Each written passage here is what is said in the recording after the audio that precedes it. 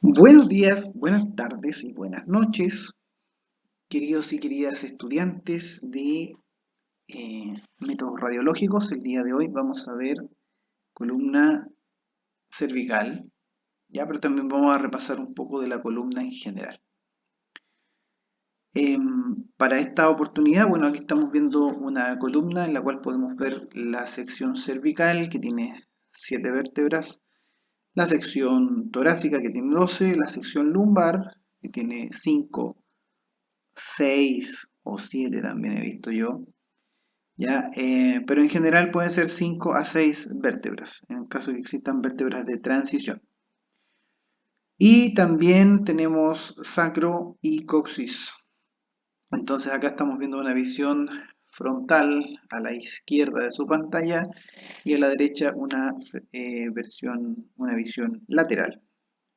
Destacar, por ejemplo, de acá esta línea, ¿no es cierto?, que nos muestra dónde termina el cono terminal de la médula espinal. Ahí es donde comienza lo que se llama como cauda equina y que viene a corresponder a unos nervios terminales, ¿no es cierto?, que inervan hacia la parte inferior del cuerpo humano. Destacar también que existen en una visión lateral aquí de la columna, existen algunas curvaturas. Vamos a tener una curvatura lordótica en la sección cervical, por acá. Otra lordosis acá en la sección lumbar, por acá. Y vamos a tener una cifosis en la sección torácica y otra cifosis en la sección sacra. ¿Ya? Esto van a ser un poco las curvaturas. Si ustedes se fijan acá dice primera compensatoria, segunda compensatoria. Ya, en general lo que quiere decir un poco esto es que cuando el ser humano tiene una forma así como un embrión, ¿no es cierto? Tiene esa forma, el dibujo aquí, el profesor no es muy bueno para el dibujo, pero ahí más o menos se supone que es un embrión, tendría esa postura y que se corresponde un poco, si ustedes se fijan, con esta cifosis y la cifosis que está acá. Entonces, para darle al ser humano su aspecto más bípedo y con la espalda, con la columna un poco más erguida, van a aparecer estas curvas compensatorias, ya que lo que hacen un poco es como cambiar la dirección de la columna original que tenía el ser humano. Entonces estas curvas compensatorias son relativamente secundarias, podríamos decir, ¿ya? Y en nuestro caso nos van a interesar principalmente ahora en esta clase la cervical. ¿Ya? Ustedes saben también, por ejemplo, eh, que son algunas cóncavas y otras convexas. Bueno, en una vista frontal de la columna, nosotros vamos a tener, y en términos bastante generales, vamos a tener una postura acá que es lo más usual, ¿no es cierto? Otra que es normal, con una pequeña curvatura hacia el lado, en este caso sería hacia el lado derecho. Y acá ya estaríamos viendo una escoliosis, ¿ya? Cuando nosotros hablamos de escoliosis, nos estamos refiriendo a cómo estamos mirando la columna en modo frontal, ¿ya? Si nosotros vemos una curvatura anormal en, en una vista lateral, hablaríamos de hipercifosis o hiperlordosis. Es importante esto porque, bueno, igual en general cuando existe una curvatura normal en una columna AP, también va a haber alguna compensación, digamos, en una columna lateral del mismo paciente. ¿Ya? Acá habla, por ejemplo, el término joroba. Nosotros no utilizamos esa palabra. Ya vamos a hablar de hipercifosis cuando queramos referirnos a eso en particular. Y eso en general. Con respecto a una vértebra, recordando un poco lo que es la anatomía general, nos vamos a encontrar con un cuerpo, acá, ¿no es cierto? Un cuerpo y también los elementos posteriores de la vértebra. También nos vamos a encontrar con el pedículo y la lámina, que van a ser estas estructuras que van conectando, generando este arco vertebral posterior. Y también nos vamos a encontrar con las apófisis articulares tanto inferiores como superiores. ¿Ya? Y de esta manera la vértebra se va a ir articulando con la vértebra superior y también por el cuerpo que está ayudado por unos núcleos pulposos. Ya los vamos a ver.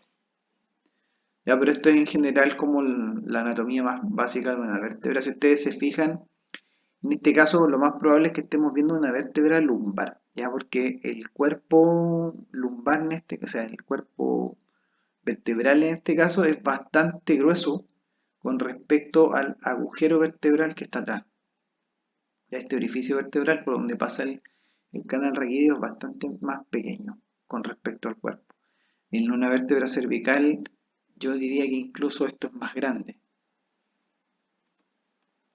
Bueno, acá estamos viendo algunos ligamentos, ¿no es cierto?, que existen para darle estabilidad a la columna y nos encontramos con esto que es súper interesante, que es el núcleo pulposo y que va a estar rodeado por un anillo fibroso. Entonces ocurre que a veces hay fracturas por desgaste o por cualquier otra situación, ¿no es cierto?, del anillo fibroso y este núcleo pulposo va a protruir hacia atrás, ¿no es cierto?, y podría generar algún atrapamiento del- de la médula espinal, lo más probable es que sea de alguna salida nerviosa, ¿no es cierto? Entonces es importante analizar esa situación cuando hay eh, alguna patología que involucra el desgaste o la degeneración del núcleo pulposo. También con la edad esto va disminuyendo, ¿no es cierto? Esto está bien hidratado acá, se empieza a deshidratar un poco con la edad y los cuerpos vertebrales suelen acercarse un poquito más. Acá tenemos un corte transversal y podemos ver ahí algunos elementos propios de la vértebra. Acá seguimos viendo una vértebra en vista anterior y acá en vista lateral.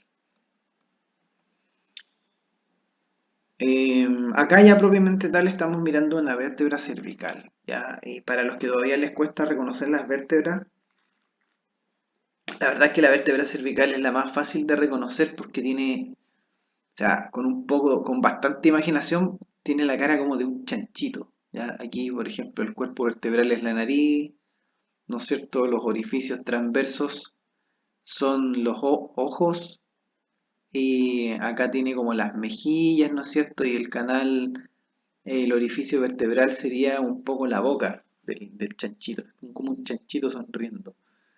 ¿Ya? O sea, yo les doy esta mnemotecnia para que ustedes un poco la identifiquen de manera más sencilla, ¿ya? Pero por supuesto que es como imaginación nada más. Se van a fijar acá, lo interesante es que el orificio, ¿no es cierto?, por donde salen las raíces nerviosas está a 45 grados del plano sagital medio. Eso va a ser importante porque como ustedes en la oblicua van a querer ver esto, obviamente esto lo van a rotar para allá, ¡ting! Y va a quedar a 45 grados rotado el paciente. Y ahí van a poder ver el conducto de los nervios raquídeos, luego los agujeros. Bien, ahora podemos ver también algunas cosas interesantes, por ejemplo, las vértebras cervicales, generalmente la apófisis espinosa termina eh, en estas mamilas, por así decir, estas puntas bífidas, ya que tienen acá. ¿Ya? Entonces eso es para que la reconozcan también un poco. Con respecto al posicionamiento radiográfico, bueno, acá estamos viendo una columna eh, dorsolumbar, ¿será? Sí, dorsolumbar. Y podemos ver acá que el paciente tiene una importante escoliosis, ya incluso hay una rotación un poco de las vértebras lumbares, y esto puede deberse porque el paciente puede tener una condición genética, puede a lo mejor haber ocurrido por un acortamiento de una extremidad, puede haber ocurrido también por una displasia de cadera. Las proyecciones básicas de columna vertebral cervical son la frontal y la lateral. En base a eso también nosotros vamos a tomar unas oblicuas, ya que van a ser como una variante de la frontal. Y también vamos a tomar unas dinámicas que suelen ser variantes de la lateral, pero que también hay algunas variantes de la frontal. Ya, entonces, manejando estas que están acá, frontal y lateral, ustedes van a poder obtener las otras con más facilidad. Por lo tanto, vamos a ver eso primero. Acá hay algunas referencias topográficas para que ustedes tengan en consideración el extremo de la mastoides y también 2 centímetros, 2,5 centímetros bajo el CAE. Ustedes van a estar más o menos centrando en C1. Ya el gonion les va a dar más o menos C3, la prominencia del cartílago tiroides o la nuez de Adán o manzana de Adán que le llaman también va a estar más o menos en C5, C4, C5 más o menos. Y la apófisis espinosa prominente va a estar aquí en este sector indicando la vértebra C7. Para efectos prácticos, ¿no es cierto? Y de memoria vamos a hablar tal como aparece en este cuadrito que está acá. ¿Ya? La prominencia del cartílago tiroides C5, apófisis espinosa prominente C7. Ya porque acá si ustedes se fijan indica cierto grado, cierto rango, pero nosotros vamos a trabajar con esto que aparece acá en este cuadrito. ¿Ya? Y ahí aparece acá al lado del personaje también, del caballero que está ahí, tenemos algunas referencias anatómicas que nosotros podemos corroborar con el cráneo del caballero. Va a ser importante acá, si ustedes se fijan, acá dice extremo de la prófisis mastoidea, ¿eh? Pero en realidad acá es como, sí podría ser, ¿ya? Pero es más que nada como la base del cráneo y quiero que vean acá la base del cráneo con el gonion. Ya vamos a trazar una línea ahí. Ahí, súper gruesa la línea, ¿no? Pero es lo que hay. Ya, entonces la base del cráneo el, con el mentón, perdón. ¿Ya? Base de cráneo, mentón. Entonces, estos dos elementos, si sube el mentón, va a bajar la base de cráneo. Si sube la base de cráneo, va a bajar el mentón. Entonces hay que llegar a un equilibrio entre ambos elementos para que yo pueda ver la mayor cantidad de vértebras cervicales en una proyección frontal. Entonces, la angulación que le vamos a dar al rayo central también tiene que ver un poco con eso. Y también tiene que ver con que nosotros queremos ver la mayor cantidad de vértebras cervicales. ¿Ya? Entonces, dicho esto, ¿qué tenemos que hacer para preparar al paciente? Bueno, en estricto rigor informarle un poco de qué van a tratarse las radiografías que vamos a hacer y le vamos a pedir que se retire cualquier elemento cuyo Z implique un efecto fotoeléctrico. Ah, ¿cómo estuvo esa definición? En realidad le vamos a pedir que se retire cualquier elemento metálico. Ya ese es básicamente lo que queremos hacer. Que no haya secuestro fotónico y entonces estos elementos no aparezcan como un elemento radiopaco en la radiografía que nos impida revisar lo que vamos a tomar. Una ropa adecuada para lo que vamos a estudiar, remover los aros, joyas, cadenillas, piercings, eh, ¿qué más puede hacer? Pinches, trabas metálicas, prótesis dental, si es que son removibles también, ojalá el paciente se las pueda retirar. Otro elemento importante, las personas con pelo largo. ¿Ya? Acá es el pelo largo, sobre todo si está mojado, aparece en la radiografía. Y también nosotros, por ejemplo, que se hagan un tomate sobre la cabeza ¿cómo se llama esto? Se hagan un moño sobre la cabeza, pero que esté eh, bien hacia arriba, ¿ya? Porque a veces se hace un moño o las personas, no sé, por eso una cole de caballo, ¿no es cierto? Y se usa un cole de elástico y eso, si bien suele ser radiolúcido, La verdad es que amontona el pelo como en una especie de ¿cómo se llama? Como en un círculo, ¿ya? Entonces podría verse, por ejemplo, una masa, ¿ya? ¿Cómo se llama? Podría confundirse con una masa tumoral. Ya aquí no tengo para dibujar. Vamos a volver acá, ¿no es cierto? Pero si la persona se toma el pelo, supongamos acá así, ¿se puede dibujar con eso? Ahí. Uy, se dibuja súper. Ya, pero yo creo que me entendieron un poco cómo es la idea. Ya, se dibuja así, ¿no es cierto? Ahí. Entonces, esto cuando el paciente suba el mentón en una vista frontal se podría ver así, ¿ya? El sector donde él amarró el pelo, todo este sector de acá, se podría ver así. Entonces, la idea es que eso no ocurra porque podría simular, por ejemplo, una masa.